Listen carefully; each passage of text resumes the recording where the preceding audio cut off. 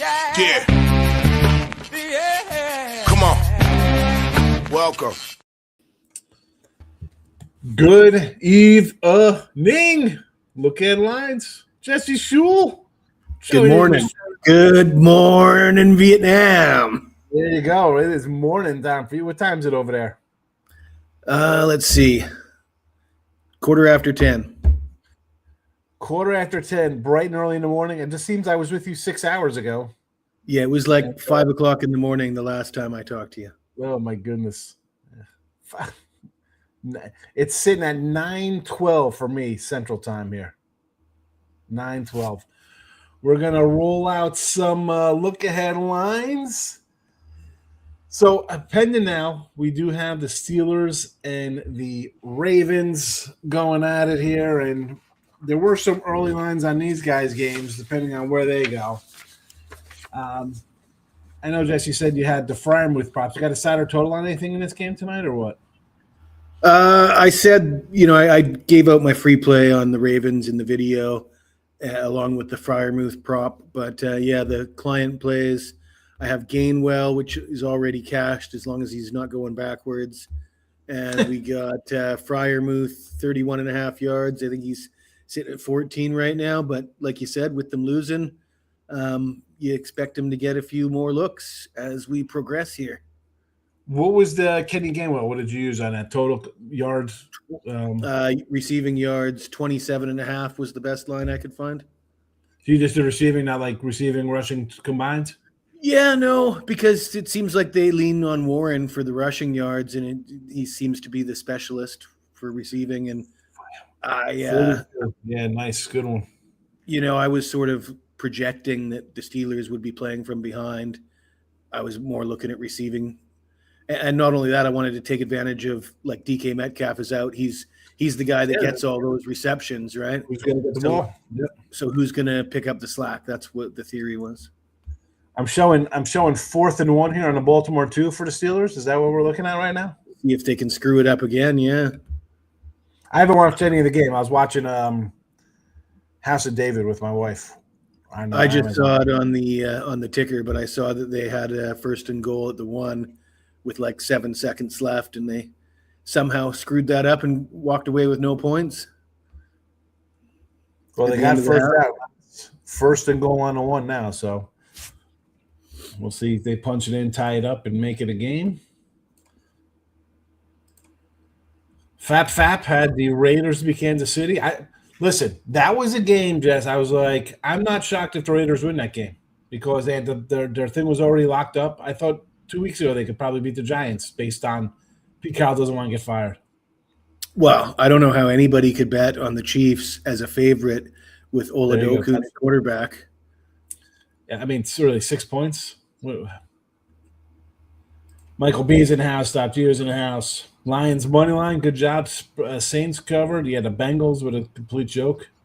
St. Mary. Oh, you did mention the St. Mary's. I had 2 winners today in college band. Did you get any college hoops today, Jess? Or I had the under in St. Mary's, and it only went over by about 25 points. I had Seton Hall under 142. I think it ended like 110. That was a dead fire under. It was like 141.5 or something. I had a Tulane under 156.5. I think that was pretty much sailed under as well. I'm gonna send the link to Rob Vino. He just hit me up in Slack, wants to watch the show. Oh yeah, go ahead. I told him I sent him on X. I said if he wanted to come in. National flag leave. Gio's not happy. Ravens in the same game teaser. I don't trust Ravens. Fading Tomlin as a home dog. I don't really want to be. I don't know. I could fade Tomlin. I'm not. I took the Ravens today. He's asking me to email him the link, so I guess he might be wanting the link to join the show. Tell him it's in the X. I sent it to him on X if he checks his X. I think what we're looking at is I think he's so old that he can't figure that out. You know what I mean? Yeah, like he needs it to go to his email. All right, listen. I'll put it in the private. I'm taking care of it. I'm emailing him right now. All right. Because I can put it right here in the private chat. You'll see it and just copy and paste it to him if you want. It's easier. Sure. There you go. It's in a private chat. Watch the Ravens lose this game. I mean, it's possible. I mean, the spread was 3, Rob. So it won't shock me if it's if the Steelers win in the 3-point game. Brad Williams, my guy, check it in. We are here. It's definitely not played like 90s football. We know that. Tomorrow, I don't have Ohio State tomorrow. I like Nebraska. I didn't play them, though. Try these little BS passes over the middle. Ray Lewis or Urlacher will come and crush you. Yeah, I know. Definitely nothing over the middle. Gio's not happy with the way football's played today. All right, Rob Vino is going to be joining us live. I just sent him the link to his email. So he should be joining us. All right. And then we'll Markel, would I be willing to take the Niners over the Eagles? We'll get to that in just 1 second. We'll start with Saturday action first, and then we'll move to the Sunday night game, Markel. So we're going to start early on well, not the earliest game, because I think that game's probably going to be the Baltimore and or Pittsburgh, whoever they play.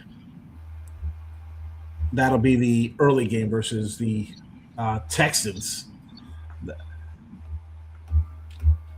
So that's because we got 3:30, 4:30 Saturday is the Ram game. The Saturday night game is Green Bay and Chicago. There we go. Rob's in the house. Look at it. It's casual. It's casual Rob today. He's got a little sweatshirt on. I was gonna text and see if there was a dress code for this show, but I figured they're probably you want to look a little presentable, Rob. Come on. You want to be a little freezing over here in southeast Pennsylvania. I thought you were a New York guy. I thought you were a New York guy. Well, I grew up in Connecticut, 31 years in Connecticut, so a lot of that area. But now I'm in the corner of PA, about 30 minutes outside of Philly. All right, that's I don't give away your location down that area. I know it's like Cherry Hill, just like Cherry Hill East out there. So the lines have come up. We got this game here tied at 10. Winner obviously taking on the Texans next week. In Pittsburgh will be a 3.5-point dog. In Baltimore 1.5-point favorite. I mean, I'm taking the Texans either way next week, no matter who wins this game. Honestly, I'm not I love Lamar, but I'm not looking for them to come through. It'll be Texans. I'm taking the best defense in pick-em type games, but that is neither here nor there. We don't have official line on that. Here we go. Game number 1, gentlemen. 4:30 Saturday. The Rams 10.5. 46.5 over Carolina. I'm gonna go. I'll throw to Rob because it's my first time hanging out with Rob solo like this. Yeah, me and Jesse's talked before a little bit. Rob, I mean, the Rams already lost in the same situation. They come back here and beat these guys by. It's 10.5. It might as well be 20 to me because they got to be up for a garbage touchdown on the road, right? I mean. Yeah, my first thought would be, and obviously I think totals first before I think side, but I think it correlates here, Sean, side and total. At this point in time, I just don't trust the Rams defense. To me, that's a team that has to, I mean, obviously you have to outscore anybody to win a game, but for the Rams to win, they have to post high 20s, 28-31. They got to be in that vicinity to win games, because their defense is going to give up 20 plus. Today should have been a day where they put the clamps on Arizona. They couldn't. Game was actually close late. They pull away a little bit, but Carolina scored on them the first time around.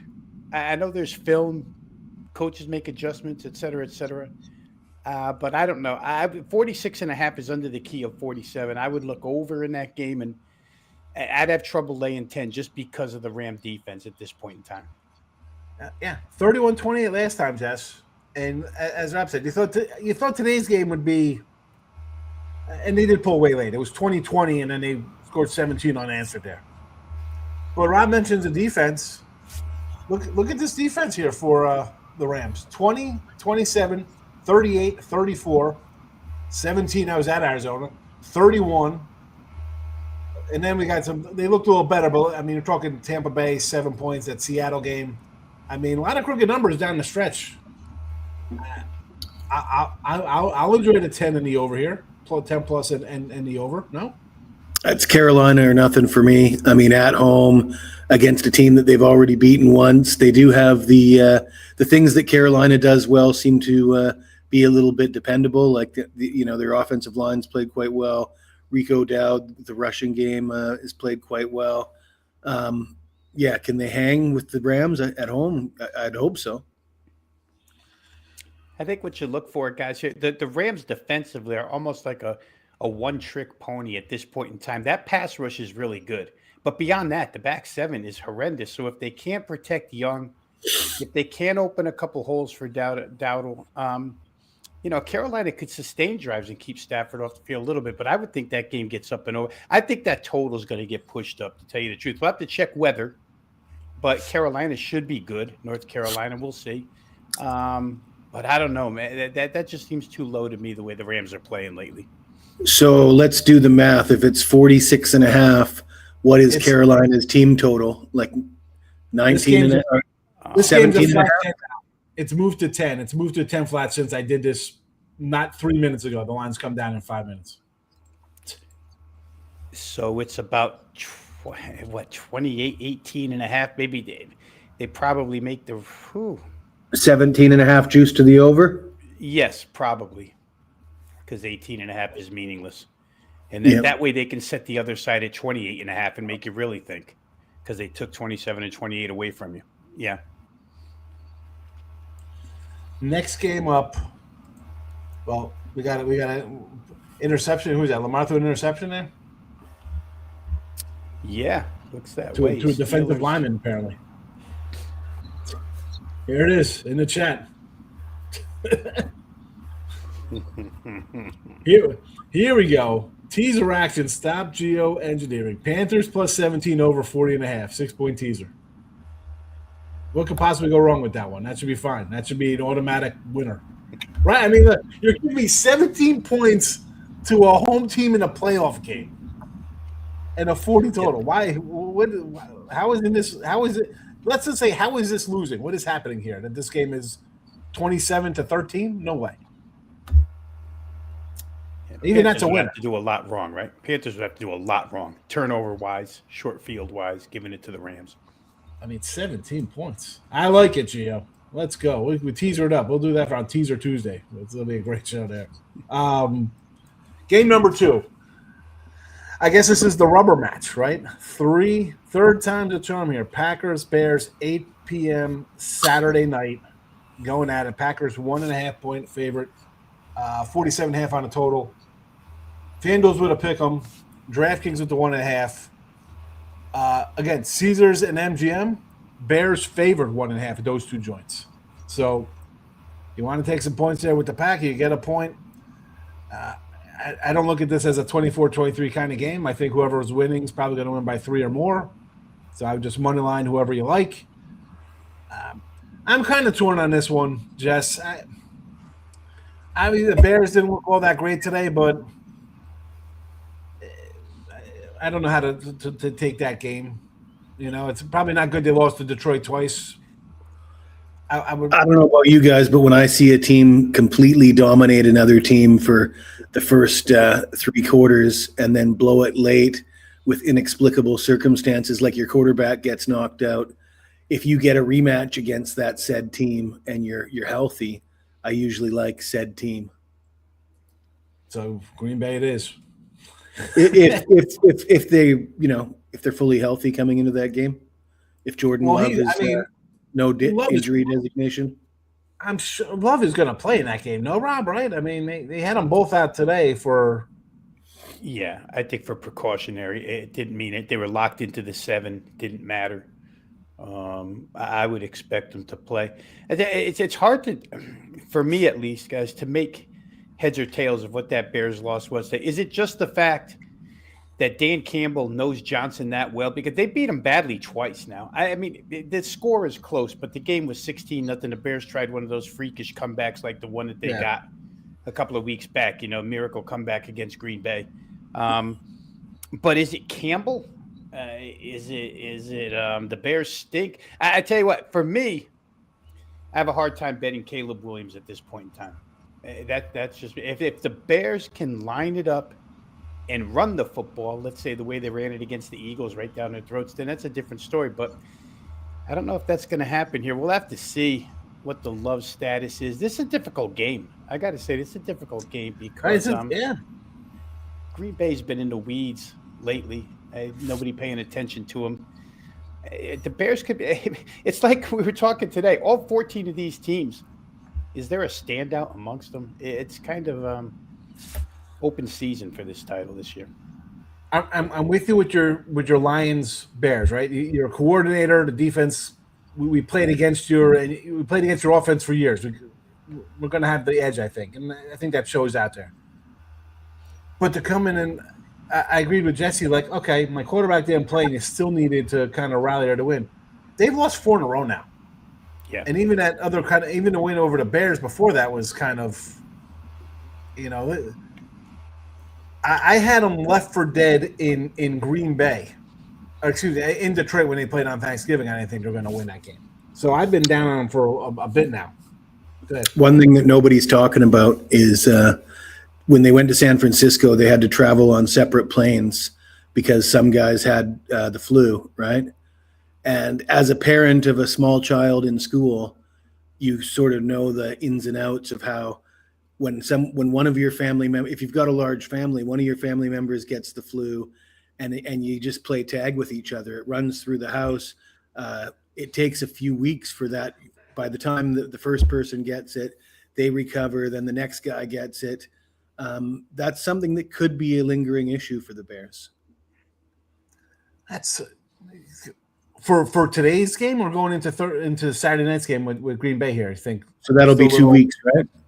Under the weather because that was a Monday nighter. Well, that's what I'm saying. If you've got a core of 75 guys that are meeting at practice and around each other,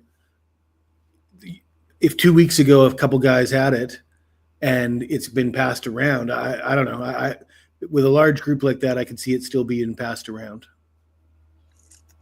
Here's one thing, Sean, that I always, and again, this is just me.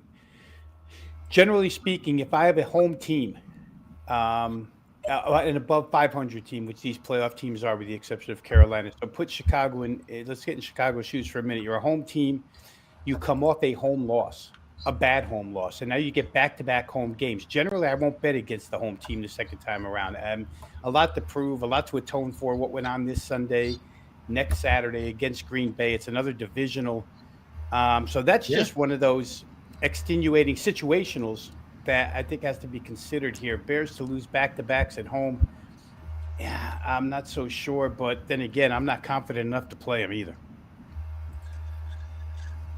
This is the trickiest one.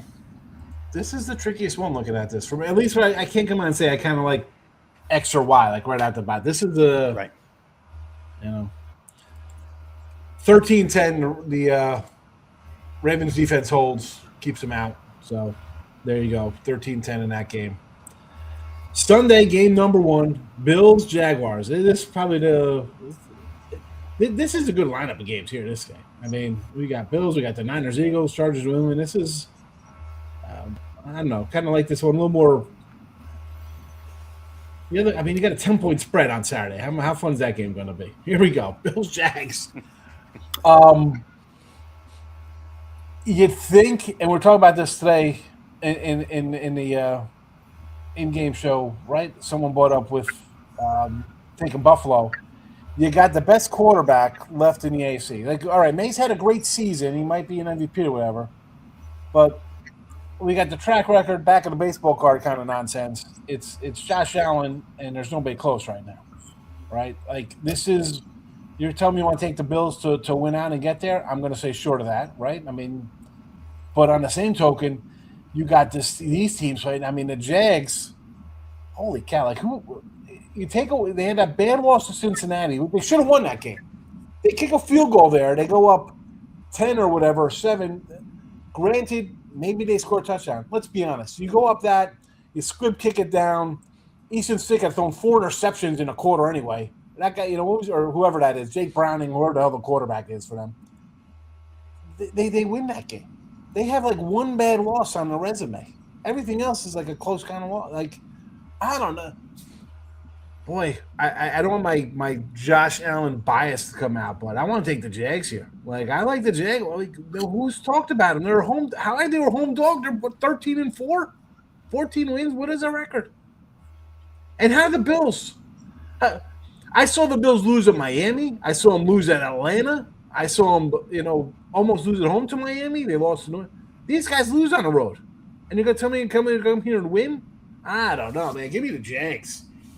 So none of us subscribe to the conspiracy theories, but if you were inclined to go that way, if you're one of those it's rigged guys, surely the league and the TV networks would rather see the Bills advance than the Jaguars.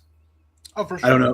I don't know why I even bring that up, because I don't think it's necessarily relevant, but I prefer those conspiracy theories to the bookmakers are trapping you and rigging it, because at least that makes some kind of sense to me. But first inclination is Jags team total over, because if the Bills are going to win this one, it's going to be outscoring the Jags. I don't see them shutting the Jags down. But wouldn't you just do probably both over? Just over. Yeah, I mean, I was saving that for Rob, because I think that's the direction he's going to go. I'm a gentleman, guys. When we talked earlier today on the Wager Talk show, the number was 50.5, right? And 51's a key number, and that was available to us a few hours ago. It's not available anymore. Generally, guys, I would look immediately at. I'm still a believer of, block and tackle, offensive line play. The Jags are the number 1 team in the NFL in rush defense. Buffalo with James Cook, that's where they live right now. They play everything off of James Cook.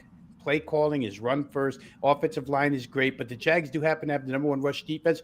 And the Bills' rush defense is way buried in the 20s, like giving up 136 a game. And we've seen ATN and the Jags run the football pretty well down this winning stretch that you were talking about, Sean. So to me, the difference in run defenses here could play a huge part. If Buffalo can't get Cook on track, and I'm not saying they can't, but Carolina has the tools at least to defend that. And Carolina starts running on Buffalo, which we've seen happen to Buffalo a ton this year, get run over. Jacksonville at home could be a pretty good play here. You got to hope Trevor Lawrence doesn't make mistakes, but it seems like Liam Cohen's got him under control pretty well now. He's not making silly mistakes like he used to. So I think my first lean as far as fundamental matchup goes would be I want the better run defense at home, the Jags. 8 in a row for the Jags. I was mentioning their little win streak. They lost that crazy one, 36-29 to Houston, which was like a debacle. Miracle. That's like the rookie coach kind of nonsense there. That was the Davis Mills game, I think. Came off the bench and brought him back. The Rams spanked you, which I'll give any team a mulligan for a bad game. Everybody has like the game they get walloped by like 20, like, oh, they look terrible. They're fugazi. They're not real anymore. And then they lost 20-12 to Seattle. I'm not holding that against them. I mean Seattle's they got a bye week, but I think we all agree they're a pretty solid team. If the Texans aren't the best defense, after what we saw last night, you got to put Seattle as the top defensive squad probably overall in the league. But I'm with you on the Jags here. I think they're so under the radar. No one even knows how good they are. Although, how skewed do you think it is, Rob, with their rush defense? Because they get up in these games. Like, you win. 41-7, 48-20, 36-19, 25-3, 35-6. Are you throwing the ball a little more in the second half in those games? But then again, that would be almost an underplay here. You think, you know what? Maybe if they hold up defensively, maybe it'll be an under. Like, everybody's rushing to bet this over, like the Bills are going to give up 34 points. Maybe this is that 22-16 kind of game, 23-17. We've seen the Bills not score sometimes this year. Yeah, there's not a lot of teams either. I mean, rush defensive statistics, I threw them out there, but if we wanted to poke holes in that particular statistic, you would say, Josh Allen is a quarterback incorporated into the running game, and how many quarterback um, runners that are part of the run game has Jacksonville played? I'd have to go back and look. I haven't looked at it extensively yet, but maybe they haven't played good rushing teams to begin with. Buffalo's always going to find a way to score their points, right? It seems like they always find a way to get theirs. You're going to have to get more than they do. And I think that's maybe where Buffalo's run defense comes into play here. And, maybe lets them down a little bit. But everybody's got a week to game plan here. I'm sure they'll find something where they can attack. And maybe they pass to set up the run. Who knows? I'm looking at Buffalo right now against teams that are good, quote-unquote, playoff teams. 13-12 Philadelphia, 26-7 Pitt, 23-19 at Houston. That 26-7 was at Pitt also. Tampa Bay, it was 44-32, but I don't think Tampa Bay is a good team. The New England game was 35-31, and the first New England game was 23-20. You got some low-scoring games there. Even, we put Carolina in that mix. Again, that was a 40-9 game. Everywhere else, low scoring. I mean, the Ravens game was 41-40. We see the Ravens, their defense this year. That is kind of an outlier kind of game. These other games versus playoff good teams, again, Carolina's 500, Tampa Bay's a 500 team. I'm not putting them in the category of Philly or Houston, especially defensively. Look at those scores: 13-12, 23-19, 26-7.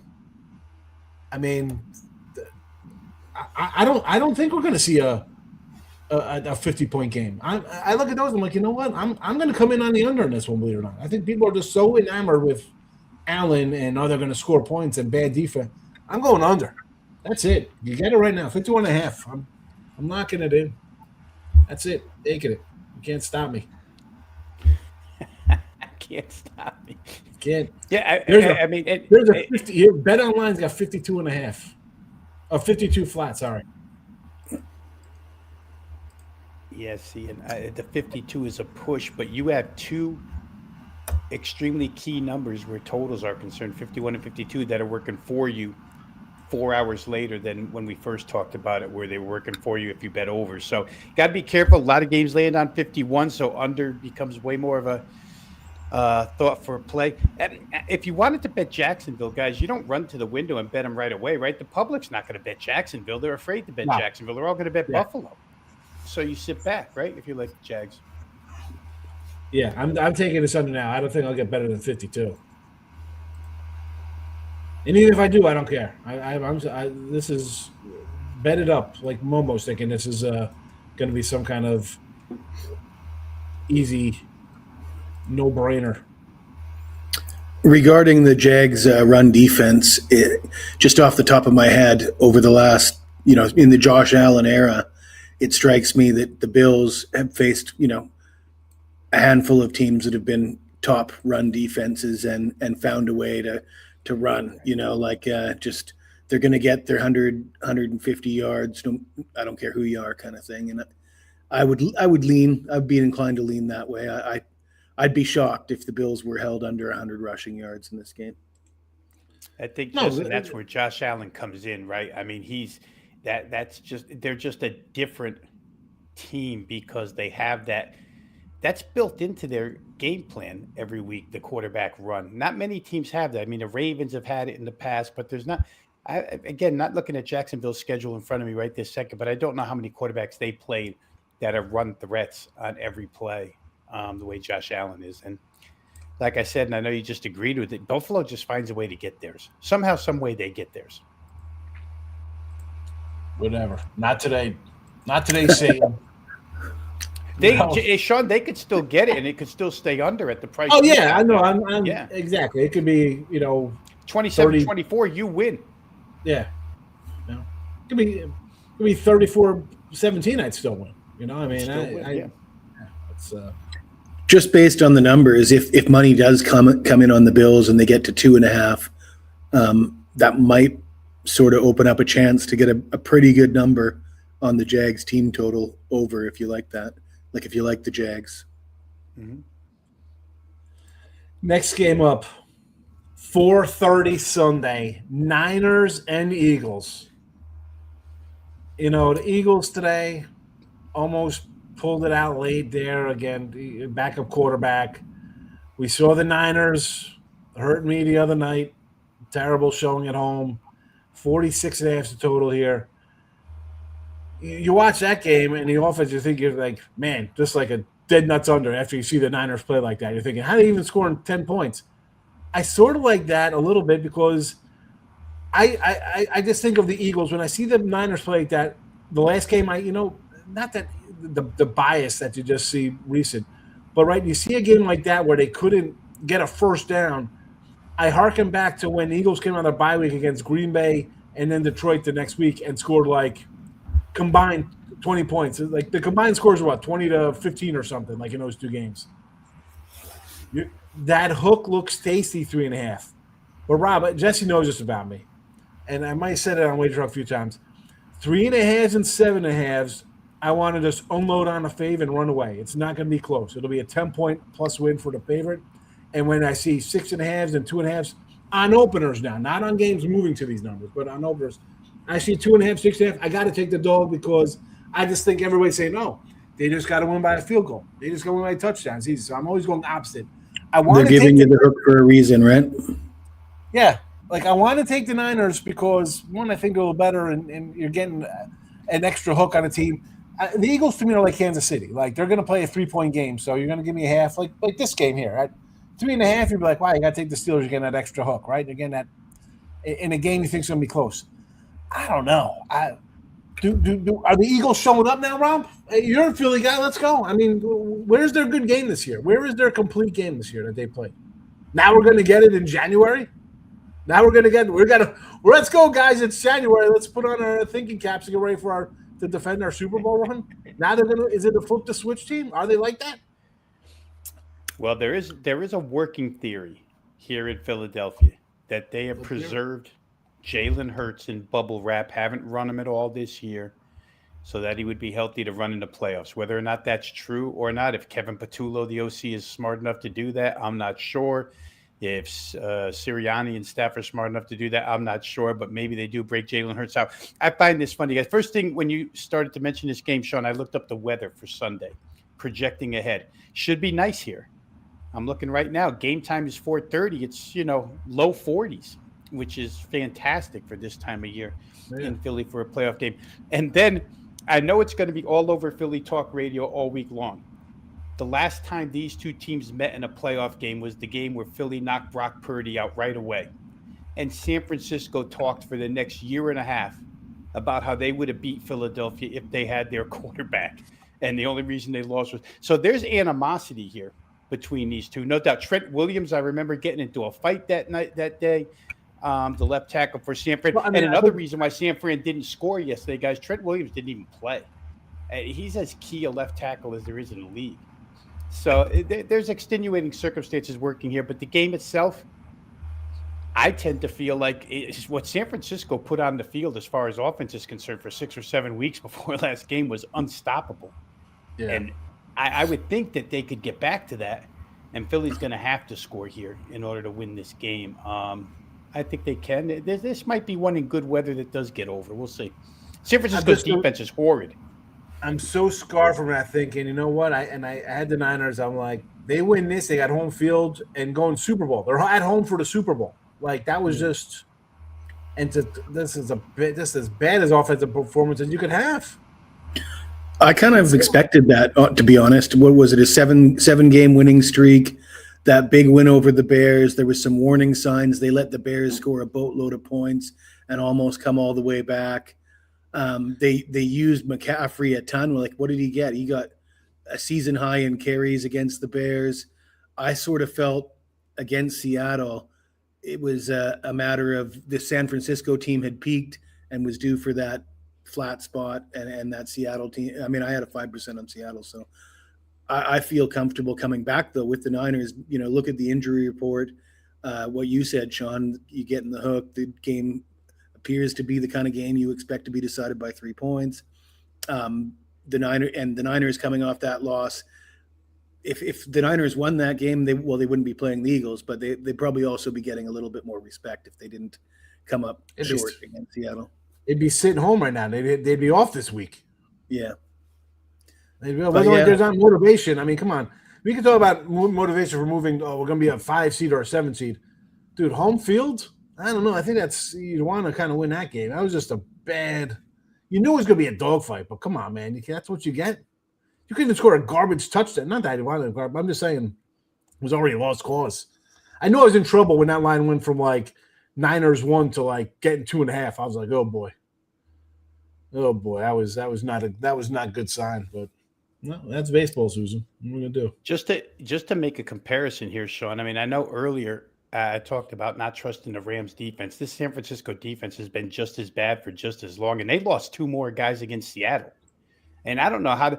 Who was it? Winters, D. Winters, the linebacker, went out of that game. Frisco's in a lot of trouble defensively against a very physical offensive line in Philadelphia. So I think Philadelphia team total might be in play here to go over because there's no resistance on that 49er side. There's none at all. I heard a rumor that Fred Warner might be available in the playoffs. Have you guys heard that? They need that. If it happens, they need it. And there's a viral video of Fred Warner not looking like Fred Warner, but doing like ninja workouts, backflips and kicking the bag. And you guys should check that out. That's pretty impressive. Is it a fake Fred Warner? Good question, Rob. How do you tell the difference these days? I don't know. 38 to Chicago. I mean, 27 on Monday night remember people going crazy for that game. I was with Gamer Ansi on Sports Grid that night. We're doing a game, and it was like Phillip Rivers, 14 points in first quarter. Like, oh my goodness, this is going to be like some insane game. Obviously, slowed down second half, but still 27 in that team. They're 24 to the Titans the week before. Yeah, it's been bad. And even their 26-8 Cleveland, 29 Carolina. All right, that makes sense. 22 to Arizona on the road, 40. They led to 42 to the Rams. Giants, 24 points. You're right, 30 to Tampa Bay. Yeah, this is definitely – they forget about guys getting back. They've had defense all year. It's been bad for a while. It's just – They've played overs consistently. Over with San Francisco for quite a while now. Yeah. I mean, again, you threw out the 13-3 to Seattle. That was a low one, but everything else was right there. I mean, it just missed the Cleveland total. Otherwise, they had 34 points. It was 35 because it was Cleveland. But yeah, this is a tricky one for me here. I don't know. I want to take the Niners. I'm scarred. 11 minutes to go in the fourth quarter here. Ravens. 1st and 10, their own 30. So there's that, down 3. I need one more catch for Freiermuth. You got anything in this game, Rob? I had the Ravens team total over 22.5. Got that first touchdown right out of the box. I thought, here we go, and it has been 0 ever since.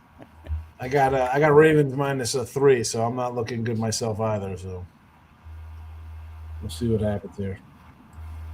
Actually, I won 2.5 on one spot, so we'll see how we do. Here we go. The Chargers, 3.5 Sunday night versus New England, total 45.5.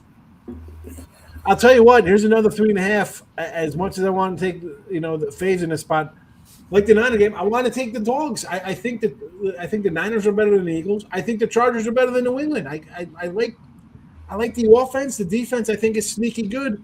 But here's another team with injuries. Like Jesse brought up today, the offensive line we're talking about, will they cover the points? I'm like, and you brought up, yeah, well, the offensive line's second and third stringers have played all year anyway. I mean, yeah, the second and third stringers are the first stringers now. I mean, like their offensive linemen went out like week 2, never come back for 3 weeks, they're out. So they are an experienced bunch. I like the Chargers here. Now, if I get some kind of crazy weather where it's 15 degrees with swirling winds and like snow, I don't know if I'm really loving the Chargers in that spot. I don't know. Don't you like them even more? Because the Patriots with Drake May, they rely on that passing game. If it's just strictly a defense and running game, I don't know if that bodes well for this version of the Patriots. I'm taking a South Cali guy and Herbert to go out there. I mean, when's the last time this guy's played in snow or cold? I don't like that. I've seen the dude play with broken ribs and fractured hands. He's a tough SOB, I know that, but I like the offense. I do. I mean, I'm in no hurry to bet against Justin Herbert. You got two decent running backs, and I love the wide receivers. I like Allen. I like Johnson. I like Land McConkey. I like them all. They got some weapons there. So, I guess you like the Chargers. Rob, what do you think? This game's 8:15 on Sunday night. Yeah. I'm just trying to get weather for you, Sean, real quick. I projected ahead, of course. So 8:00 in Foxborough on next Sunday night. Not bad. 34. It'll range from 31 to 34 during game time. Not bad. No winds to speak of. 6-7 mile an hour winds. So nothing really going on. Seems like a total. I'm kind of partial to the Chargers here just because Jim Harbaugh's got that experience of playing games tight. 3-point game here wouldn't surprise me at all. I think that I think they do need the passing game, though, Sean, to your point. I don't think that if this game is reliant upon just running the football, I don't know that they can get there with just that. They got to be able to throw it. So weather conditions seem to think that they will be able to do that. Got to stop them too. What do you have today? Stevenson, like 4 touchdowns. I mean, dear Lord, they can run it a little bit too. But I kind of like the Chargers. I think they match up well here. And I heard a great point made between the time we were on together earlier and now that maybe the Chargers sat a lot of guys today because they wanted this matchup. Because their offensive line is banged up. As we mentioned, it's been banged up all year long, so they've been playing with reserves. But the New England pass rush is non-existent. So at least if you have a backup offensive line, at least if the other side can't pressure Justin Herbert, that's a good matchup for you. So maybe something strategic was going on here by Harbaugh to say, hey, we want to get to New England because they're not going to put a lot of heat on our QB here this week.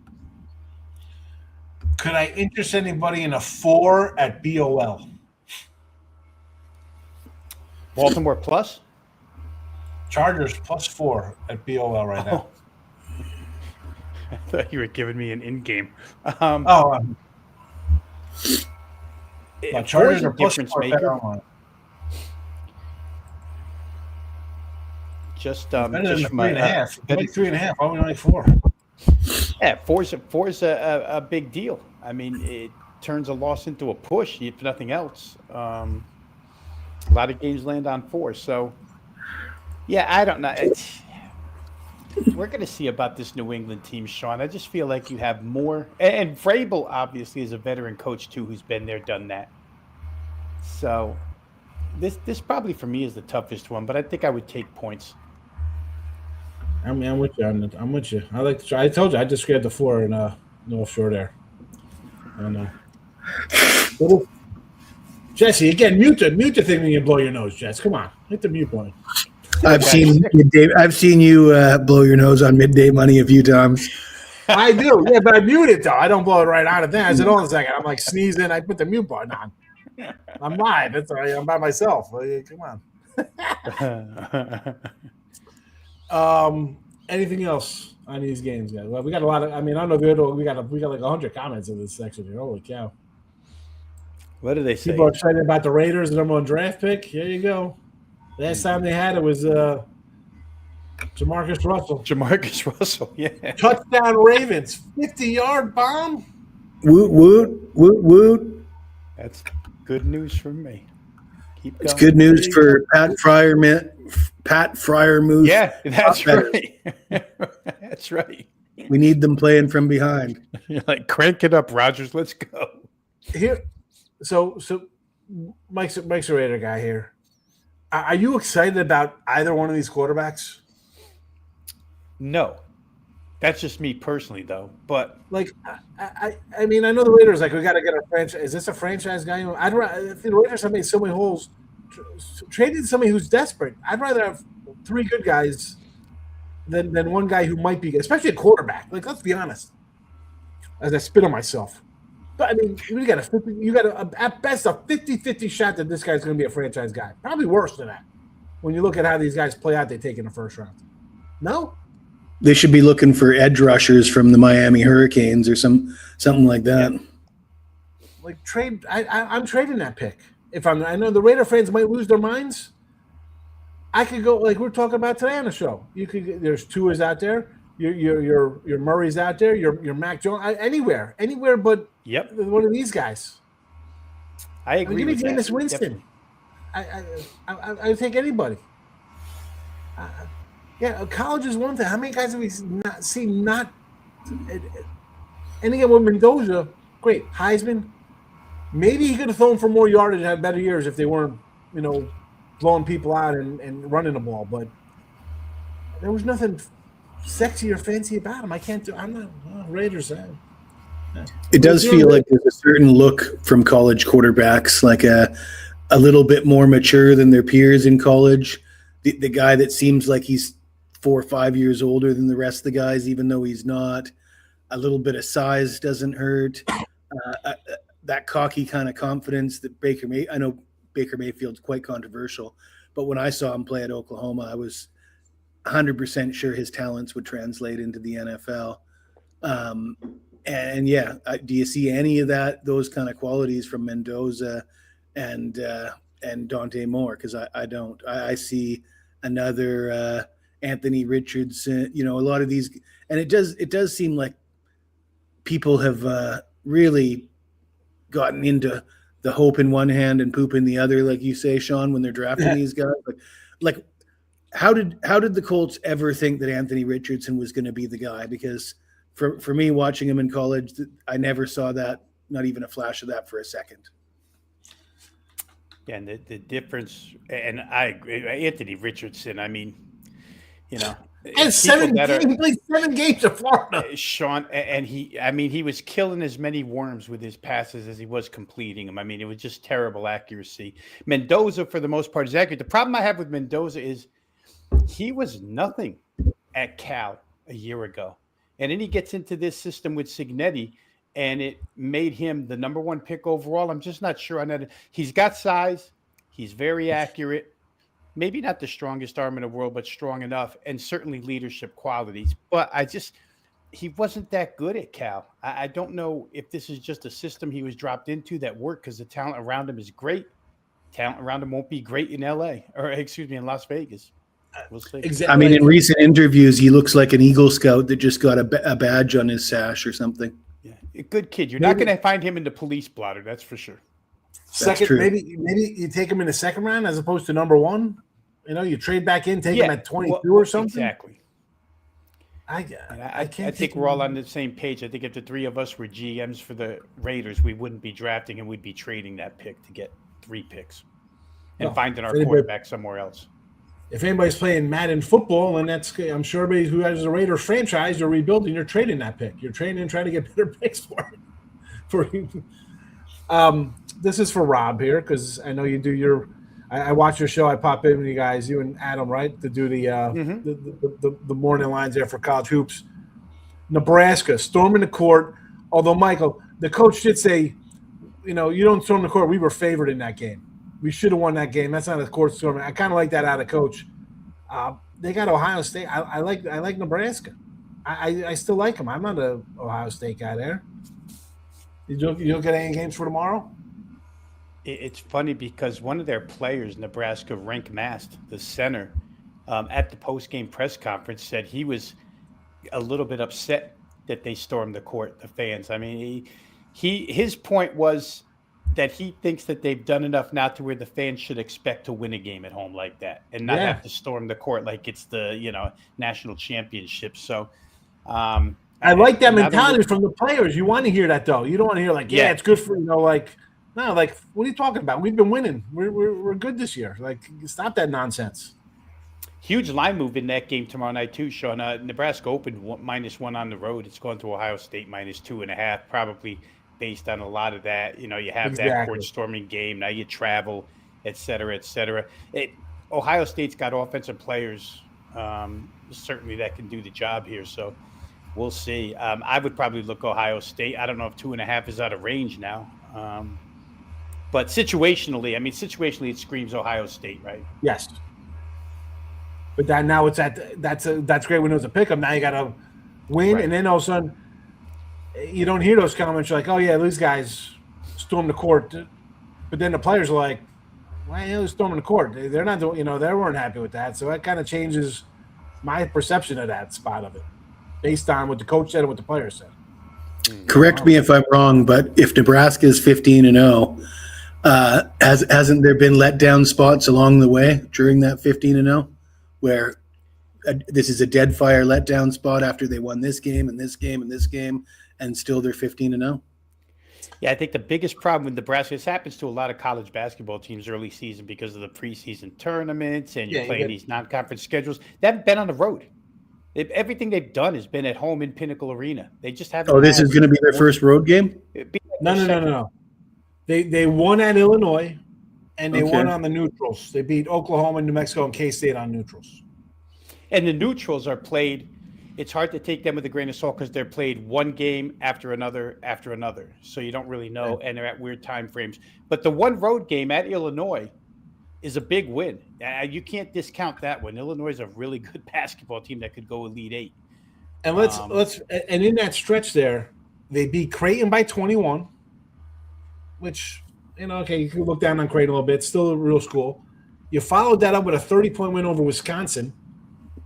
Still, you won by 30 over. Wisconsin's not freaking some bottom feeder, and they're It's a usually good pretty team. decent. It's a conference game. It's a good team. Yeah, and then you won that, and then you followed that up with and that was on the road. You followed that up with a 23-point win against North Dakota, but still, you didn't take the pedal off. You won by 30 there, basically. Covered the number, 29.5. You covered it. Or you didn't cover that 29.5, but still. I don't know, tricky game. Rob, me personally, like a lot of the marquee games like that, sometimes I shy away from because I think the line's going to be just so sharp anyway. The people love it because it's on TV, ESPN, it's Big Monday, it's Super Tuesday, it's, we got this matchup, and that line everybody knows about. Maybe not Nebraska, but if it was like Duke, Kansas, those kind of schools, the lines are going to be where they're going to be. And it's just like, you think you got an edge. You're absolutely right. And me and Adam talk about it all the time.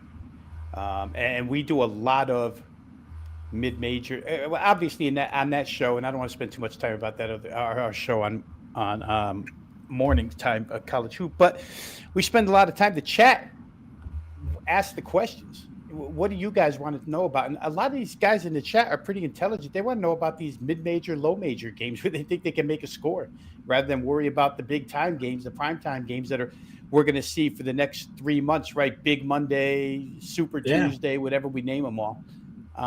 It's funny you say that, right, Sean. About the mid-majors. Just for, where me, you, and Ross used to be, I still do shows over there, and I put it up in like a comment, like we're doing a college basketball video. I was with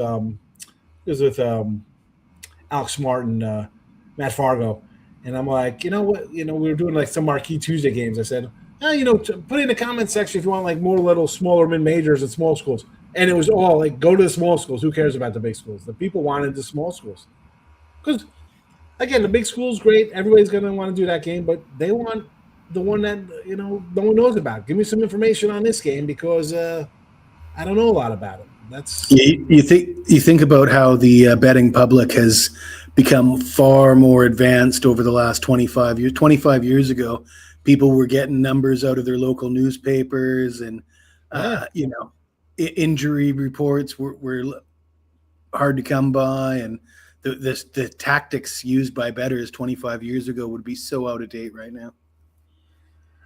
You talked about Trent Williams before, Rob. Yeah. So Mike's a Niner guy. Since he joined the Niners, 1-10 when he does not play for them.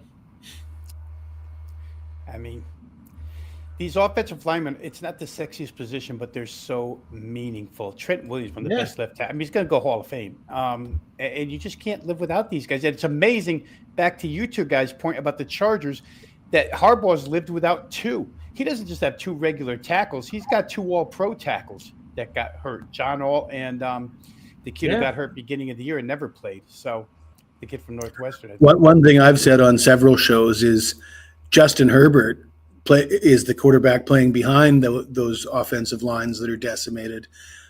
His RB1 wide receivers always banged up. He's always hurt himself. And when you look at the games that he's won with the Chargers and the numbers that he's put up, given the circumstances, you really got to think that eventually, if things work out for Herbert, he could easily be doing what Matt Stafford's doing right now. And that's what they thought they had. Sean, you're a Jets guy. When they signed Mekhi Becton, the Chargers, they thought they had it made on that offensive line with the 2 tackles and Becton. And all they're left with is Becton.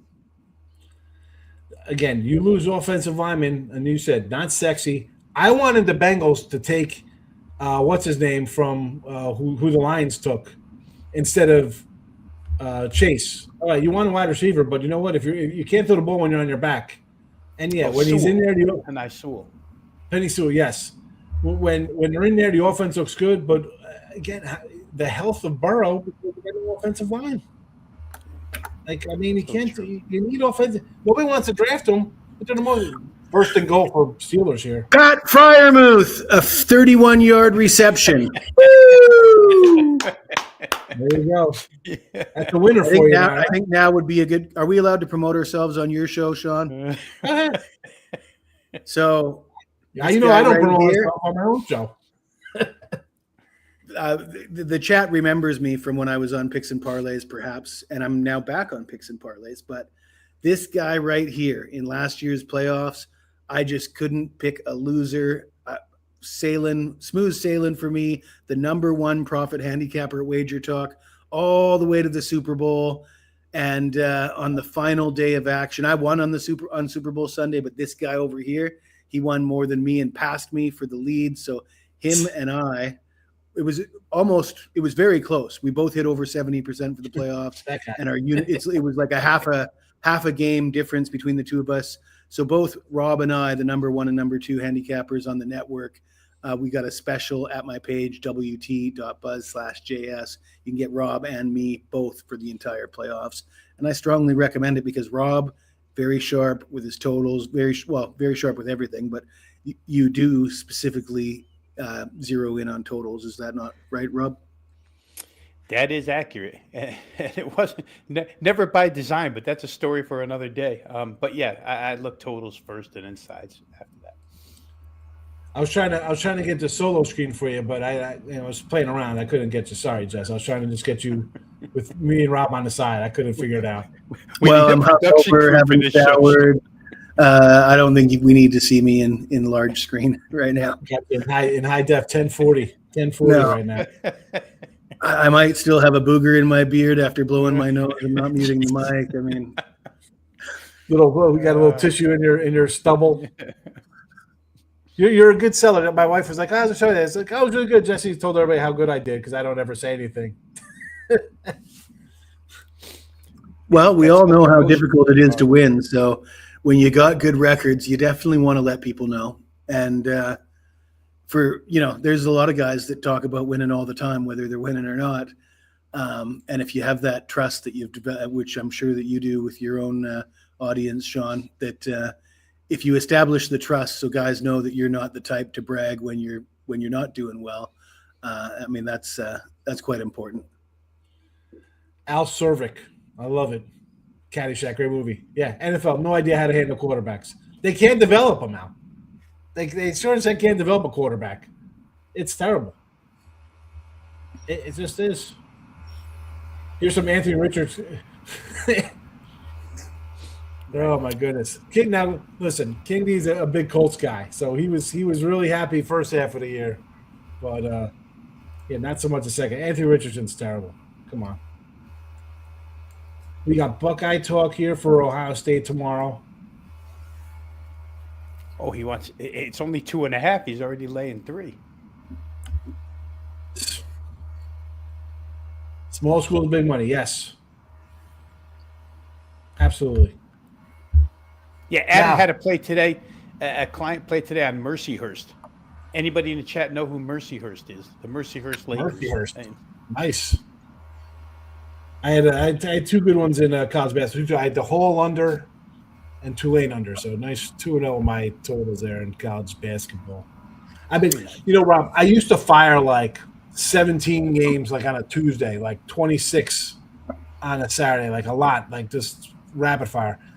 I started this year, the opening day, I think I had like 13 games. I went like 6-8 or something like that, 14 games. And I'm still like, I'm over 500 record wise, but I'm still down like a half a unit or something, So touchdown there, Steelers. There you go, Steeler fans. We're gonna come down. It's gonna come down to that field goal. It's gonna come down to that half hook. I find myself now doing like less. I don't know why, and it's for any sport for either of you guys. You come out in something, you're like blazing hot. Like NFL, I'm 7-3 the first week. I'm firing nonstop for the rest of the season. Right? You feel good about it. I feel like college basketball came out like ho hum. I haven't really feel like not forcing, but I'm like, you know what? My first run through the board, I like these 4 games. I'll keep these 4. I'm not gonna keep digging. Whereas other times, I'm like, you see the board, and you're like, forget it. I got 11. I'm rolling them out today. You're not stopping. Do you find yourself, depending on how a season starts, does that like kind of transpire you throughout the season, Ron? You know what? Probably not. I don't. It's kind of like, it's not like at all really like being at a craps table and when you're rolling press. Yeah. Exactly. Yes.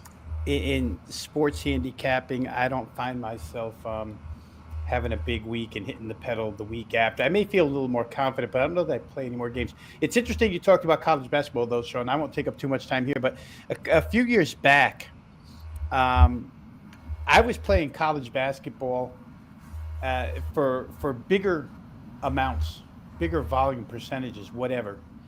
And what I found that year was it was a bad year. It was bad up until about February. And the following year, I didn't even play a game until January because the way these seasons, I may be, older than the rest, but to me, it seems like these seasons overlap quicker and quicker every year. And I just couldn't put enough focus into November college hoops when we have college football, NFL football, when you're so deep into that. And I was doing an NBA show at the time. This year, I committed to Adam to do the show, so I started prep real early. It's just not the easiest thing to do all 4 sports. And to those who add hockey to it, and Jesse, I think you play hockey as well. God bless you guys, because I could never get involved in hockey as a 5th sport this time of year. I was going to say real fast, just let you go. I've had 12 hockey games this year and 11 NBA games this year. That's it. Go ahead. I was going to say, you can't do everything. It's tough. When I say I bet hockey, though, at this time of the year, college hoops and hockey, you're going to get 1 or 2 a week from me, 1 or 2 plays a week. So don't be subscribing to my monthly hockey or college basketball right now, because the plays will be, I look at the lines every day, and if something jumps out, but when you're so focused on college and pro football, that's where my focus is going to be. But my 10% of focus still allows me to come up with a couple plays here and there, and I've done all right with that. But yeah, when you were talking, Sean, about when you're on a roll, do you get more confident and fire with more games? I find it to be the opposite. I find when I'm trying to get on a roll, I'm looking for more angles and putting out more. And once I hit that stride, I want to isolate it. I feel very confident in the games I'm putting out, but I just want to limit it to maybe 2 or 3 games a weekend. I should say more of like this. If I like on a day for like the start, like I have like X amount of games and that's it. We're going. I'm just saying from the standpoint of if I start out really good in those games, obviously 2, 3, 4 days in a row, especially like college basketball or something like that, you obviously see the board really well. That's just going to compound and be like, I got my numbers down, you're set, right? But, this year is different from last year. Things change. So when I start just 500, I start 6-8, 3-2, 3-2, 1-3, 4-6, 7-3, and just kind of not go anywhere. I'm like, you know what? Obviously, I'm off somewhere. I'm losing with a good number. I go to the free throws. They look, that's the worst part. You start losing, you're like, oh my god, I lost by a point. What happened here? And you see you went 17 of 29 from the line. You're like, I couldn't hit one damn free throw for a half point. So then we got another big touchdown. No way. 70-yarder here, 63 yards. I find myself now, Rob, like, again, I get into like the gamma god superstition. So I'm going 4 or 5 games. I'm going 3-2 every day, 3-0, 3-1-1. I'm just going to keep going at it. I'm like, you know what? I found a couple. If I'm done at 7:35 games and I didn't even get to the other ones, you know what? I feel good. I get set like, all right, I've been doing like 3 to 6 games. I'm going to stick with that because I'm winning every day now. Like that's been my last month. I'm at a nice little run of college basketball, like 30 after today, 39-23. So that's like 63%. So I'm happy. Like less games, I'll take it, and it'll take me a little longer to grind it out, but I'll be happy there. So Vino hit his team total. I saw the flag and I got nervous. I'm like, they're going to call this thing back, but they didn't call it back. So yeah, we got Zay Flowers a 50 and a 64-yarder tonight. I got a question for Rob about college hoops. So today was St. Mary's, Seattle. I bet under 140.5 on the opening line. I believe it got bet down to, and that one, the look ahead was 136.5. The overnight went to 140.5, and I believe by the time the game tipped off, it was in the mid to, between 135 and 138, let's say. Went way over, well, I missed that by 25 points or something, but where did that go wrong, Rob? I think what went wrong there is that Seattle played OT against Gonzaga a couple nights ago. And by the looks of St. Mary's scored 93, which they never do. It just looked like Seattle was probably worn, ground down, got to go with OT in the kennel, That's a spot I kind of upset I missed St. Mary's on, because they did take them to OT Seattle. Yeah. And that would have been – and we talk about a letdown spot like the Nebraska spot. Like that's just a spot you lay it with St. Mary's. Seattle's brand new to that conference, the WCC, and they just it was 100% effort against Gonzaga the other night, and it just looks like they had nothing left against St. Mary's here 2 days later. Yeah, no, for sure in that one. And Gonzaga won by 35. Yeah. Because they're like, oh boy, we have a game like that.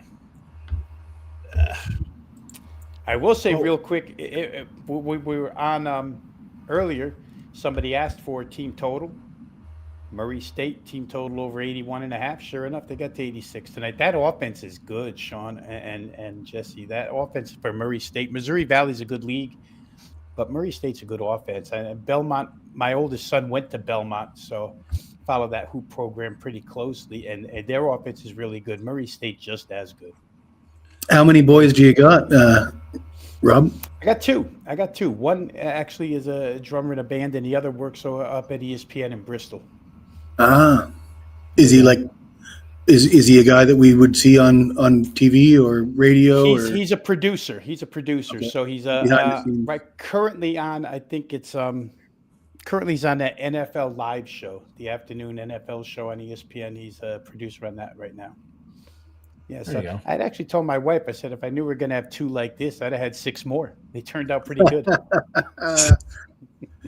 I said, I got 2 and they're good. Well, my son, he just graduated. He goes to Texas State, but he's in trade. He does like HVAC he wants to do, which is, he told us his sophomore year, he's like, I'm doing HVAC. I'm not going to college. I want to just get a job and make some money. Does he still play football, Sean? No. He works because his classes are at night. He's got afternoon night classes, like afternoon. So he delivers for Domino's, which is, again, silly job, but it's perfect for him. Sometimes he's in the morning at like 9:30. He's got to go there, so he's still got to get up at a decent amount. He can't play games till 4 a.m. or some crap. They got him every day. He's like Monday to Thursday or Monday, Tuesday, Wednesday, like 9:30 to like 3:00, and then he goes to school and or trade, whatever he does over there with all his tools and stuff. But you know, and my daughter's good. I'm teaching her to drive, which is interesting. We did a lot. We did an hour of parking today, like pulling into parking spots. Is that where your hair went, Sean? My son was so good, but he started late. He was like 60. He's like one day he came home because he was driving his buddy's golf. Everybody's got golf carts down here, right? So he was at his buddy's. They got some land out wherever. So he's driving. He's like, I want to start. I got to go my license. Like I told you could have got 2 years ago. You held off.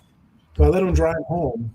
Never drove before, and it's like pitch black. Like there's no lights down here, right? They believe in light pollution, so there's no lights on roads. So I'm like, yeah, here we go. He never driven on this road before. He's doing 65 down the county road, whatever. He's fine. My daughter's a little bit trickier. Like, again, she starts driving at, 14, 15.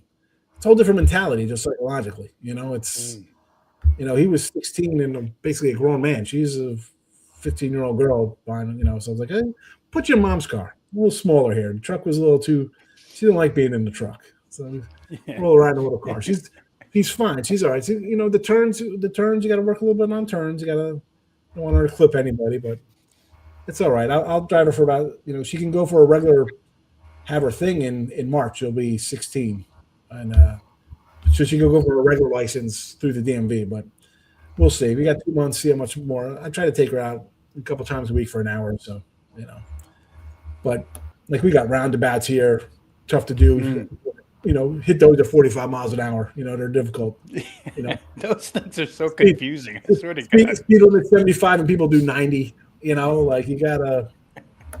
And the highways here, right? It's totally different than the Northeast. Like they're just super highways. They're like 6 lanes across.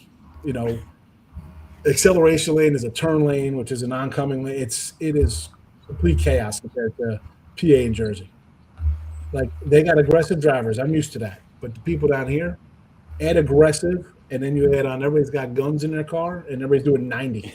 It's just, and everybody's got a jacked up truck too. So it's like, it's craziness. You're like next to a pickup truck.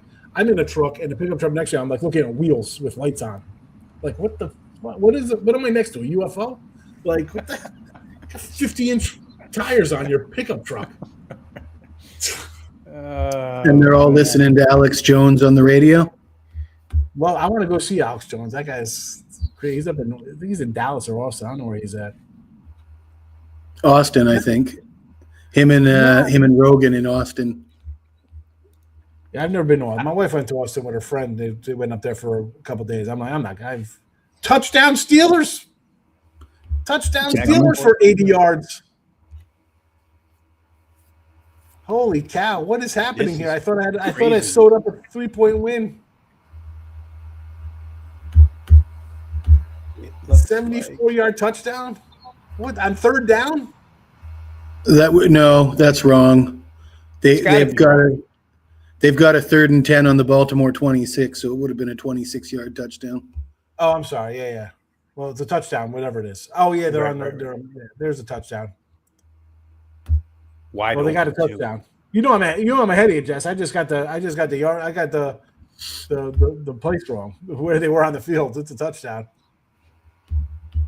Back to your earlier point, Sean, the most scared I ever was in a car. My son toured TCU in Fort Worth.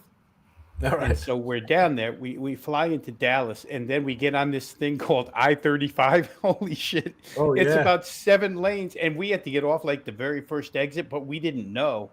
Yeah. And they're coming at you from all angles at high speed. Pretty nerve-wracking, I got to say, driving that road. He missed the extra point too, by the way. So you can win it with a field goal? Yeah. Well, wow. 27, they're not covering. No, that's for sure. That's a loser. The good thing though here, Rob, people don't understand here.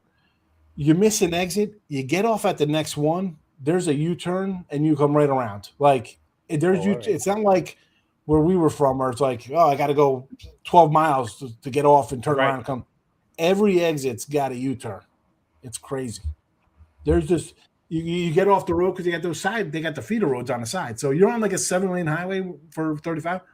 off of the road, there's another 3 lanes on either side of the highway. That's basically a side highway for a starter, for like the starter. It's like a junior highway. They want to take I-10 by me. They want to make it 10 lanes in both directions. 10 lanes in each direction. Yeah, that's crazy. It's already like 7, I think. I don't even know how big it is. I'm like, what the hell? It's pretty big. Because when you try to cross them, you ain't getting there. No. But again, when I first came down, I had to learn like, oh, I'm going to miss this. I'll just go up to the net because what am I doing? I'm in the middle lane. Like, all right, I got to get over. But then you learn like, wait, you get off at the next one. There's a dedicated U-turn lane. Plus, there's 2 other lanes you could turn left in and do your turn from the light lane where they got the light. So the roads aren't bad like that, but they're just enormous and insane driving. Take some training. It takes the Jersey Turnpike and like stuff like that, makes it look like it's like amateur. It's like, oh, this is for children. It's like this is the tricycles on here. This is nothing. Here we go. Vegas makes enough money by cheating. No need to give them the donations. Look at this. It runs it back 40 yards. Yeah, Richie. Richie P's up. He's in Texas. He's north of me here. Yeah, no lights down here. Tell him, Richie, no lights on the roads. They don't like the lights down here.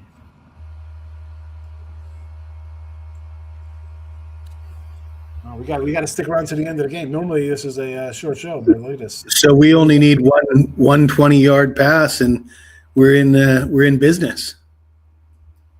They got no timeouts left, right?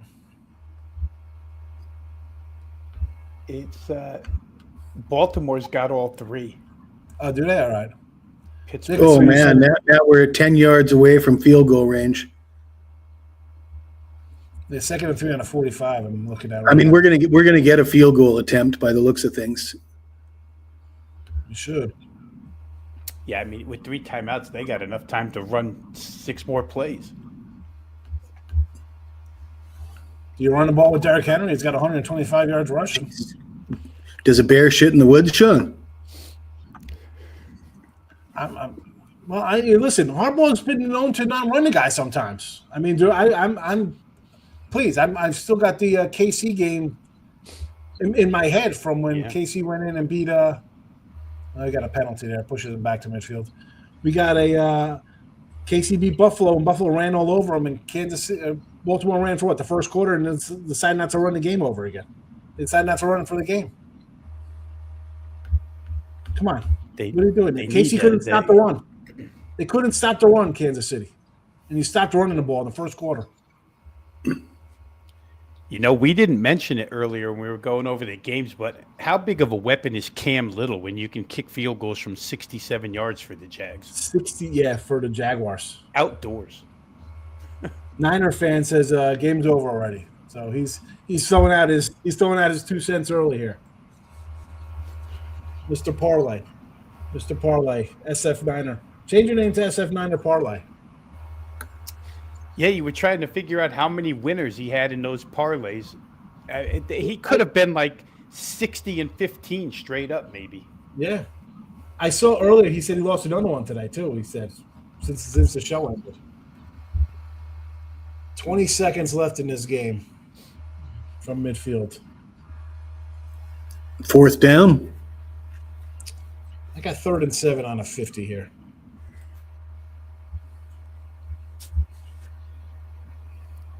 Miss 21 seconds. 4th and 7 now. 4th and 7 from the 50. Now it'll be officially over.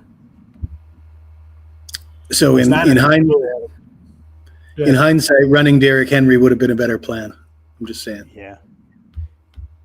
They got that illegal motion penalty, false, and they threw him out of whack. Oh, Lamar. There it is. That's a loser.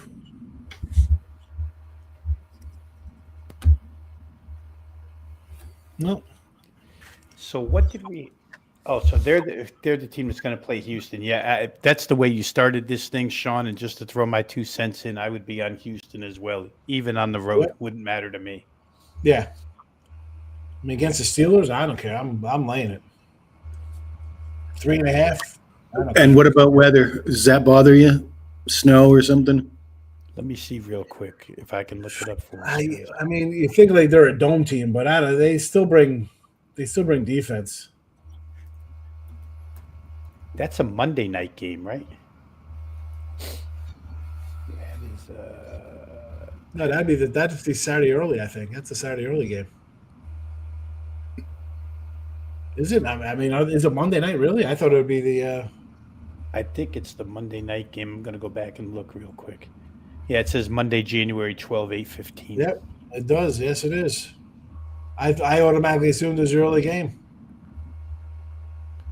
Yeah, because that's the one they usually show where nobody cares First to and watch. 10. Look at this 30-yard pass to the 22 with 12 seconds to go. I thought it was over. SF Niner lied. He can't be trusted, that guy. Partly cloudy, guys. 29 degrees, feels like 21 Monday night in Pittsburgh. If it's Give in me Pittsburgh. Houston. Yep. I cannot confirm or deny that may be a 5% play. Testing an 11-0 money line 5% run, dating back to 2024. Would that be only if it's in Pittsburgh or if it's in Baltimore as well? Baltimore, there'll be a 1.5 point dog in Baltimore. I like against Baltimore maybe even better because I think Lamar just, even though he's made some plays today, his overall game looks like shit to me. I was like, wow. I mean, listen, he's better than the other guy, yes. But he's playing with like a back contusion, like it's 20 degrees. Like anytime this guy gets hit, he's got to be feeling that. Well, and against the Texans defense, you'd think he's going to look real bad. They said this was the first week in 2.5 months where he practiced every day of the week this week. He wore a flak jacket tonight, I think. He took a knee. He just took a knee with 2 seconds. Like, why take a knee? Why you won't? Let's back up the ball 3 yards instead of running Derrick Henry up the middle for 4 yards. And he might break it and get in there. You lose 3 yards to make it. That's ridiculous. To make it a 45-yard field goal. Yeah, they're not gimmies. They're not gimmies. No, but exactly. Why didn't you just run it? Go forward. There's one specific end of this field in Pittsburgh where field goal kicking is even tougher. Look at this guy. He said, just wait. He thinks he's going to miss it.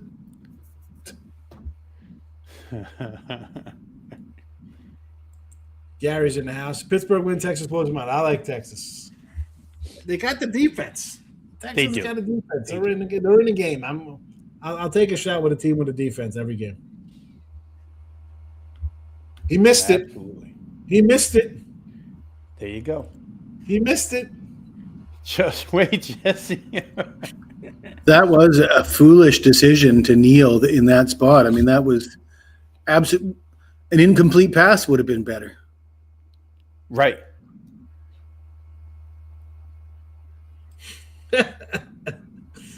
Unbelievable. Funny, coming off the field, Harbaugh was hugging everybody like he won the game. Does he know he lost? He did lose, right? It's official 24. Look at it. Oh, really? Niner fan, look at this throwing out shots at you, call you a big dummy. This guy, Mr. Well, I mean, I had Gainwell and Freiermuth, and last I checked, they both cashed. So I was not invested in the Ravens field goal at all. Yes, that sums up the Ravens right there. That is their season. Somehow it'll be blamed on Lamar for having a crap game. No talk about the defense or the guy missing a field goal to win it. Marched him down the field, had him right there. How crazy is it that we're talking about Raheem Morris a few hours ago and he gets fired right after we end that show? Yeah. How crazy is it that they were chanting for Mike Tomlin's job and all he does is get you to the playoffs with a crap roster, no talent. And the crazy thing with Morris, again, it's not like I'm saying the guy's a great coach. You lose your quote-unquote franchise quarterback. You bring in a relic, and it's somehow your fault. Like, again, that makes no sense to me. You just don't get a lot of time anymore as a coach. Like you get 3 years, and if you ain't got us where we thought we were supposed to be in 3 years, we're moving on. It's crazy. It's a rough life. It appears that the players didn't like him very much. There was a clip of Drake London scoring a touchdown, then running straight to Morris and basically telling him he's a bitch, yelling at him. I don't know what that was about, but it's funny. I saw Joe Burrow doing that to Zach Taylor too on the bench a couple of weeks ago. yeah, he's probably not going to last long either. Yeah, he's got to be out of there. Did you see Joe Burrow's press conference today? I did No, not. what did he say? I could reenact it for you.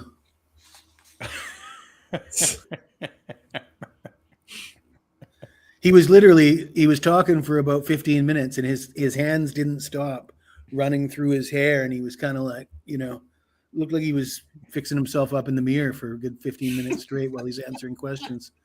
Gorgeous. Oh, man. Well, all right. That's our last team in then. The Steelers are in. That's it. And we got, let's see who's the first one to post, and then we'll get out of here.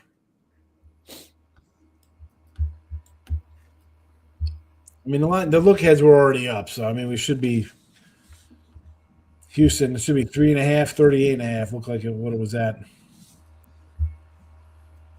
3.5. You lead a 150 with the Texans. Well, if it's 3.5 and you'll give me the money line at 150, I certainly would take that. Oh yeah, you know what? That's old school thinking, because it's probably gonna be 2-1 now, right? Because the old days it would be like, three used to be like a 130. There it is, 2.5 coming up at DraftKings, 2.5, 39.5. Yep. At 2.5, you will get a 150 though. I remember the old days that used to be like a 125, 130 tops out of 3, right? It used to be. I mean, a lot of things used to be on the East Coast. Like baseball was 6.5, 7.5, 8, 9 baseball lines. So it's nobody crazy. would figure those out nowadays. And no one knows where, like, not to bring up Fez, like he's like, oh, if you're not betting minus 105s or 110s, you're a loser. Like, you don't have a choice. Like the common person. And it's really everybody now, because if you use any of these books, that's what they are. It's like, oh, we can bump to 115. Nobody's going to complain. It's minus 115. Oh, yeah. There was a lot of money to be made betting hockey before they had these stupid shootouts that they have now. But back in the day when overtime ended after 5 minutes and it was a tie, and they were offering plus a half and minus a half goal on the games, there was a lot of guys took advantage of that, and I was one of them. T-Money hates Lamar. I want to say a drug addict at 70 with one arm just beat Lamar. I'm not a big Lamar fan myself. I'm sorry. I guess you must have missed. I didn't see Lamar. Could someone pull up Lamar missing the field goal? I mean, what are you talking about, T-Money? I mean, he didn't execute the kneel properly, Sean. He kneeled too far back. The guy missed 6 games this year. He missed 6 games. He was injured. Smith had to call that play, right? Arthur Smith called that back up 3 yards and kneel down. Let's make it tougher on our kicker here. Oh, my goodness. What are we doing? There we go. Yeah, 2 it happened to 15, already went to 20 cents. Yep. So might be on its way to 3. Makes sense. All right, gents. I'll let you guys go. You stayed the whole time, Rob. I appreciate it. Thank you. Thanks for the invite, Sean. Thank you for the invite. I do it all the time. Normally, Jesse usually pops in the chat because he's up having breakfast or something. But, like, I've been doing this for, 5 years, the show. Wild Card's a little different, but, it's really interesting when we do it during the week when the lines come up and you see the lines really dance around and move. And what was it, 2 years ago, Sean, that you had that massive year by getting the good lines by doing this? Yeah, 64%. It was crazy. And I think the show was probably 10 games a week, too. That was 200 games that year, right, or something like that? Yeah. Yeah, Rob, I had to see. I'd have 12 or 13 games a week, and every week was the worst week would have been an 8-4 week. And they're all sides of totals, like just running it. Yeah, it was a good season. But again, that's with the lines. People don't want to bet early lines. Come on, you guys know if you basketball lines are up. We're just talking about the Ohio State line. You could add them plus. You could add them 1.5. Now you got to win by 3. That's 4 points. Yeah, just strictly for our own. In fact, Houston just went to 3 now. 3 minus 105. That's how quick that vacated. Yeah. You have to. I mean, with NBAs, you can always back out of them because I know NBA's rough with that injury report is so fragile all the time. But you got to get the best of the number. That's the name of the game here. People don't care. They don't. They need money for tomorrow's first basket NBA player prop. They're not worried about Sunday NFL. They're worried about that Sunday. Right. And then all of a sudden you're like, oh man, how'd you get that line? Well, they came out freaking Sunday. They didn't come out today Sunday. They came out this Sunday. Yes, sometimes I'll be honest with you guys. Sometimes if I post an NFL game early in the week for sale at Wager Talk, I wind up taking it down by Friday because the lines move so much and I just don't want it up there anymore. And then people say, well, you don't, where's the play? It's gone now. You missed it 4 days ago.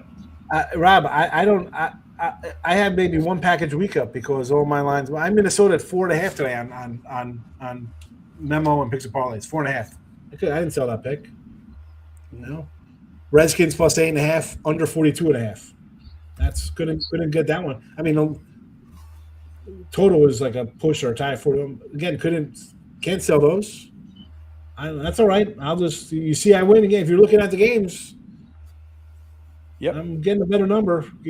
Doesn't buy a monthly pass. I don't know what to tell you. I mean, they go out to your subscribers, and it's up to them to be awake when the opening lines come out and take it. I mean, if you're buying our picks, you're trying to do it like a pro. We're trying to help you do that, but you gotta have discipline like a pro. That's the thing. You can't roll out of bed at 9 o'clock on Sunday morning and load your NFL plays. It just doesn't work that way. I love waiting for Lee Corso to put his hat on. All right, guys. We'll wrap this up. We had like 100-some people watching, so that's a nice little night. I bring it all on you guys. Rob and Jesse bringing the views in today for me. Hey, all right. We'll take it. Thanks for having me, Sean. Absolutely. Guys, have a good week. I'm sure we'll talk. Hopefully they do that thing next Sunday. If we don't, though, I'll see you around the block somewhere. Rob does a basketball. Tell him, Rob, your morning show for college hoops because there are college hoops people in the chat. Real quick, I will say, Wager Talk TV, Full Court Press, every Monday through Friday, 10 a.m. Eastern Time to 11, 60 minutes of college basketball, point spreads and analysis. For those who haven't seen it yet, it's kind of open to the chat room on that show. We go over one featured game to start the show and then turn it over to the chat. And at the end of the show, or at some point during the show, we each give out, myself and Adam Trigger, one leg of a parlay. So you get a 2-team parlay out of us during the show as well. So once again, Full Court Press, 10 to 11. And I guess I'd be remiss if I didn't say that if you stick around Wager Talk TV, you could find me with Ski Profit, colleague of mine over at Wager Talk. Ski does a NBA show from 1:45 to about 2:15 every Monday through Friday. So you catch me twice, college hoop, NBA, basketball, and all 5 days during the week, and wherever else I wind up giving advice, like right here with Sean Higgs. Yeah, you never know where you're going to be on a video. Right? Jesse knows that too. Like, who knows where I'm going to be on video this week? Mm-hmm. Yeah, I'm not doing much outside of Wager Talk these days. I'm usually just found on the YouTube channel for Picks and Parlays and Wager Talk, and they keep me busy with the single game free pick videos. I'm covering at least 10 games a week. I get it. I was doing a bunch. I didn't do any last week. I was like, you know what? I had family, and I was like, no videos. I did 330 for like 2 months. I'm like, hey, that's enough for 2 months. I'm good. Wow. So, trim them down for like a few. Yeah, 330. Wow. Yeah, for like 3 months. Yeah, that's what I did. 330. That's not even counting. That's not even counting like these kind of shows. That was just straight up videos. That's about double what I put out, and I thought I was working hard. Oh, my eyes hurt. That's it. I was like, I gotta stop. But, I was doing all right, more, man. but we've gone to the longer format, and that's reduced the amount that I can put out. Yeah, 8 minutes is a long time. It's only been 8 minutes, and it pushed through the 3 already. It's Houston 3.5 now. Is it already? Yeah. There you Three go. and a See, half. Wow. You could have 2.5 early, and now it's already 3.5. You can already middle. Yeah, really. Well, crazy. All right, guys. Good to see everybody. Take care, Happy fellas. week. Take it easy, Ray, in the chat. Thanks for coming in today, and we'll see you next week on the divisional.